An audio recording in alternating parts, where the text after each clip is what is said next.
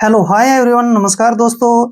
Language चाहे English हो या फिर हिंदी हो या फिर जर्मन हो या स्पेनिश हो, सभी में जो उच्चारण के नियम होते हैं दोस्तों वो सबसे अलग अलग होते हैं।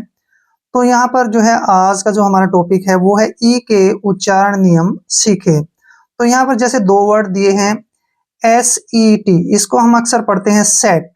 क्लियर। यहाँ पर दिया है PERK, इसको पढ़ते हैं हम पर्क। अब यहाँ पर डिफरेंस क्या है कि यहाँ पर SET जब हमने इसको सेट पढ़ा है तो इसको हमने पैरक क्यों नहीं पढ़ा, जबकि परक पढ़ा है, लेकिन हम इसको पैरक क्यों नहीं पढ़ते हैं। यहीं पर जो है इसका अंतर होता है, यहीं पर इसका डिफरेंस होता है। यहीं पर ये समझ नहीं आता कि इसको हम जो है यहाँ पर ई पढ़े या फिर ए पढ़े या बड़ी की मात्रा पढ़े या फिर ऊ के रूप में पढ़े। तो आज हम जो है इसके जो नियम है वो सीखने वाले। जैसे यहाँ पर फर्स्ट रूल है, जब दो कॉन्सोनेंट्स के बीच ई आए तो ई को ए से पढ़ते हैं। ध्यान रखना है, जब दो कॉन्सोनेंट्स के बीच ई आए तो ई को छोटी ए से पढ़ते हैं। जैसे यहाँ पर कुछ एग्जाम्पल हैं। SET, इसको हम पढ़ते हैं शेट। क्यों पढ़ते हैं सेट, यहाँ पर ध्यान दीजिए, क्योंकि दो कॉन्सोनेंट के बीच में ई आया है। जब भी दो कॉन्सोनेंट के बीच में ई आता है तो वहां पर ई का जो उच्चारण है हम वो ए के रूप में करते हैं, यानी छोटी ए के रूप में करते हैं। आपने ये भी ध्यान रखना है कि वावल 5 होते हैं, A E I O U। इन पांचों वावल को छोड़ के बाकी जो 21 होते हैं वो कॉन्सोनेंट होते हैं। ठीक है ना। तो यहाँ पर दो कॉन्सोनेंट है, एक एस है और एक टी है। दोनों के बीच में अगर ई आया है तो ई का उच्चारण हम ए के रूप में करते हैं, इसलिए हम इसको सेट पढ़ते हैं। जैसे GET, इसको हम गेट पढ़ते हैं। क्यों पढ़ते हैं, क्योंकि दो कॉन्सोनेंट के बीच में ई आया है। जब भी दो कॉन्सोनेंट के बीच में ई आता है तो उसको प्रोनाउन, जो ई का प्रोनाउंस है वो हम ए के रूप में करते हैं, छोटी ए के रूप में, इसलिए हमने इसको पढ़ा है गेट। ठीक है ना। जैसे DEN, डैन। ठीक है ना, इसको डैन पढ़ा है। क्यों, क्योंकि दो कॉन्सोनेंट के बीच में ई आया है। जब भी दो कॉन्सोनेंट के बीच में ई आता है तो ई का उच्चारण हम वहां पर छोटी ए के रूप में पढ़ते हैं। जैसे ये डे के ऊपर छोटी ए आई है, इसलिए हमने इसको डैन पढ़ा है। क्लियर।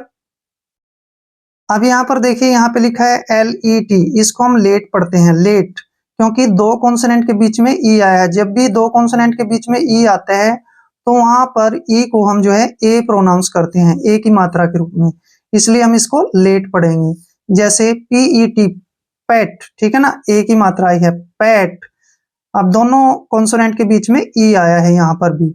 जैसे वेट, वेट में भी दो कॉन्सोनेंट के बीच में ई आया है। जब भी दो कॉन्सोनेंट के बीच में ई आता है तो उसको हम ए पढ़ते हैं। ई को हमने क्या पढ़ना है, ए। ध्यान रखना है, जब भी दो कॉन्सोनेंट के बीच में ई आता है तो उसको हमने ए पढ़ना है। अब जैसे रूल नंबर 2 है, बहुत ही मोस्ट इंपोर्टेंट रूल है। हम कह सकते हैं कि this is the most important rule. जब ई के बाद ए आए, ध्यान रखना है दोस्तों, जब ई के बाद ए आए तो ई को बड़ी ई से पढ़ते हैं। क्यों, यहाँ पर ध्यान से देखिए, यहाँ पर लिखा है BEAT। ठीक है ना, इसको हम पढ़ते हैं बीट। यहाँ पर ध्यान रखना, आप ई के बाद क्या आया है, ए। जब भी ई के बाद ए आता है तो ई का जो साउंड है वो बड़ी ई के रूप में निकलता है। जैसे बीट, यहाँ पर ब के बाद बड़ी ई की मात्रा आई है, इसलिए ये यहाँ पर जो है इसको हम बीट पढ़ेंगे। ध्यान रखना है, अगर ई के साथ ए आता है तो उसका उच्चारण जो है, ई का उच्चारण बड़ी ई के रूप में होता है। जैसे ईट, ईट, मीट, इन सभी वर्ड में क्या है, ई के साथ ए आया है। जब भी ई के साथ ए आता है तो ई का जो प्रोनाउंस है हम बड़ी ई के रूप में करते हैं। जैसे टी, यहाँ पर भी ई के साथ ए आया है। जब भी ई के साथ ए आता है तो बड़ी ई की मात्रा लगती है, टी। ठीक है ना। वीक, तो ऐसे यहाँ पर भी देखिए ई के साथ ए आया है तो ई का उच्चारण हमने बड़ी ई के रूप में किया है, वीक। अब रूल नंबर 3 देखिए, जब डबल ई आए तो ई को हम बड़ी ई से पढ़ते हैं। ध्यान रखना है, जब डबल ई आए तो ई से पढ़ते हैं, बड़ी ई से पढ़ते हैं। जैसे BEE, ठीक है ना, इसको पढ़ेंगे हम बी, लंबी आवाज आएगी। ठीक है ना। अब यहाँ पर बी के बाद डबल ई आया है ना, जब भी डबल ई आता है तो हम उसको बड़ी ई के रूप में पढ़ते हैं। जैसे हील, यहाँ पर भी डबल ई आया है तो इसको जो है बड़ी मात्रा पढ़ेंगे, बड़ी ई की मात्रा पढ़ना है। हील जैसे सी, ठीक है ना, लंबी आवाज आएगी सी। वीक, ठीक है ना, डबल ई की मात्रा, यहाँ पर देखिए डबल ई आया है ना, तो डबल ई को हम क्या लिखेंगे, बड़ी ई की मात्रा, वीक। क्लियर। रूल नंबर 4 देखिए। रूल नंबर 4 में है जब ई ए के बाद आर आए तो ई ए को बड़ी ई और ए से पढ़ते हैं। ध्यान रखना है, जब ई ए के बाद आर आए तो ई ए को बड़ी ई ए से पढ़ते हैं। जैसे एग्जांपल है हमारे पास बी ई ए आर, इसको हम पढ़ेंगे बियर। क्या पढ़ेंगे, बियर। यहाँ पर ध्यान रखना है ई ए के बाद आर आया है, इसलिए हमने जो ई ए को क्या पढ़ा है, बड़ी ई और ए के रूप में पढ़ा है। जैसे बियर, ठीक है ना, बियर, यहाँ पर बड़ी ई आई है और साथ में ए की आवाज भी आ रही है, बियर। जैसे डियर, यहाँ पर भी ई ए के बाद आर आया है तो हमने इसको क्या पढ़ा है, बड़ी ई और ए, यानी कि डियर। यहाँ देखिए बड़ी ई की मात्रा के बाद ए का साउंड यहाँ आता है, डियर।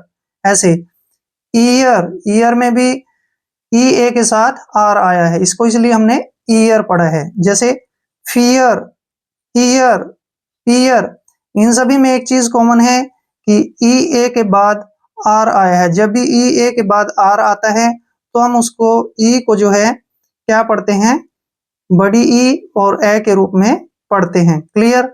रूल नंबर 5, जब ई के बाद डब्ल्यू आए तो ई डब्ल्यू को यू से पढ़ते हैं। ध्यान रखना है, जब भी ई के बाद डब्ल्यू आए तो ई डब्ल्यू को यू से पढ़ते हैं। जैसे एग्जांपल है एन ई डब्ल्यू, इसको हम पढ़ेंगे न्यू। क्यों, क्योंकि यहाँ पर ई के बाद डब्ल्यू आया है। जब भी ई के बाद डब्ल्यू आता है तो ई और डब्ल्यू को हम यू पढ़ते हैं। क्या पढ़ते हैं, यू। ध्यान रखना है। जैसे फ्यू, जैसे ड्यू, यहाँ पर इन सभी में एक चीज कॉमन है कि ई डब्ल्यू आया है और ई डब्ल्यू का उच्चारण हम यू के रूप में करते हैं। रूल नंबर 6 देखिए। रूल नंबर 6 में है जब ई के बाद आर आए तो ई को ए से पढ़ते हैं। ध्यान रखना है, जब ई के बाद आर आए तो ई को ए से पढ़ते हैं। जैसे कुछ एग्जांपल हैं, वी ई आर बी, यहाँ इसको पढ़ेंगे हम वर्ब, ठीक है ना। यहाँ पर ई के बाद जो है आर आया है तो ई का जो प्रोनाउंस है वो ए के रूप में होगा। जैसे वर्ब, ठीक है ना, वह के बाद क्या आता है साउंड, ए, वह, ऐसे वर्ब। हर्ड, ठीक है ना, जब भी ई के बाद आर आता है तो ई का उच्चारण ए हो जाता है। ध्यान रखना है। हर्ड, जर्म, पर्क, ठीक है ना, इन सभी में एक चीज कॉमन है कि ई के बाद आर आया है। जब भी ई के बाद आर आता है तो ई का जो उच्चारण है वो ए होता है। क्लियर। रूल नंबर 7 देखिए। रूल नंबर 7 में है जब ई के बाद आई आए तो ई आई को बड़ी ई से पढ़ते हैं। ध्यान रखना है, जब ई के बाद आई आए तो ई आई को बड़ी ई से पढ़ते हैं। जैसे आर ई सी ई आई वी ई, इसको हमने पढ़ना है रिसीव। रिसीव क्यों पढ़ना है, क्योंकि यहाँ पर ध्यान से देखिए ई के बाद आई का उच्चारण हुआ है। जब भी ई के बाद आई का उच्चारण होता है तो ई का जो उच्चारण है वो हम बड़ी ई के रूप में करते हैं। यहाँ तक रिसीव, ठीक है ना, बड़ी ई आया है, यहाँ देखिए ये बड़ी ई की मात्रा आई है, रिसीव। जैसे कंसीव, ठीक है ना, कंसीव, यहाँ पर भी सी, यहाँ पर भी देखिए ई के बाद जो है आई आया है। जब भी ई के बाद आई आता है तो ई का उच्चारण वहां पर बड़ी ई के रूप में लगेगा, कंसीव। जैसे डिसीव, यहाँ पर भी बड़ी लगी है, यहाँ देखिए ई के बाद आई आया है तो यहाँ पर बड़ी की मात्रा लगी है, डिसीव। क्लियर। इन सभी में एक चीज कॉमन है कि ई के बाद आई आया है। जब भी ई के बाद आई आता है तो उसको हम जो है बड़ी के रूप में पढ़ते हैं। क्लियर। रूल नंबर 8 देखिए। जब ई के साथ ओ आए तो ई ओ को ई आ से पढ़ते हैं। ध्यान रखना है, जब ई के साथ ओ आए तो ई ओ को हमने क्या पढ़ना है, ई आ। जैसे कुछ एग्जाम्पल है हमारे पास, GEOMETRY, जियोमेट्री। ठीक है ना। अब यहाँ के बाद यहाँ पर देखिए ई के साथ जो है ओ आया है, ई के साथ ओ आया है, तो हमने इसको क्या पढ़ा है, इया। यहाँ पे देखिए छोटी ई की मात्रा लगी है और आ भी लिखा है, इया पढ़ा है। ठीक है ना। जियोमेट्री, ऐसे जियोमेट्री, छोटी ई और फिर ओ आया है। जब भी ई के बाद ओ आए तो हमने इया पढ़ना है इसको, यानी कि जियोमेट्री। जैसे इयन, ई के साथ ओ आया है ना, तो हमने ई आ पढ़ा है, देखो इयन। ठीक है ना। क्लियर। रूल नंबर 9, जब ई के साथ यू आए तो ई यू को यू से पढ़ते हैं। ध्यान रखना है, जब भी ई के साथ यू आए तो ई यू को यू से पढ़ते हैं। जैसे EULOGY, यूलॉजी, इसको इयोलॉजी नहीं पढ़ना है, यूलॉजी। यहाँ पर ई के बाद यू आया है तो EU का उच्चारण हम यू के रूप में करेंगे। ठीक है। ध्यान रखना है, जब भी ई के साथ यू आता है तो EU का उच्चारण यू करते हैं, यूलॉजी। जैसे यूरोप, यहाँ पर भी ई के साथ यू आया है, इसलिए हमने इसको पढ़ा है यूरोप। क्लियर।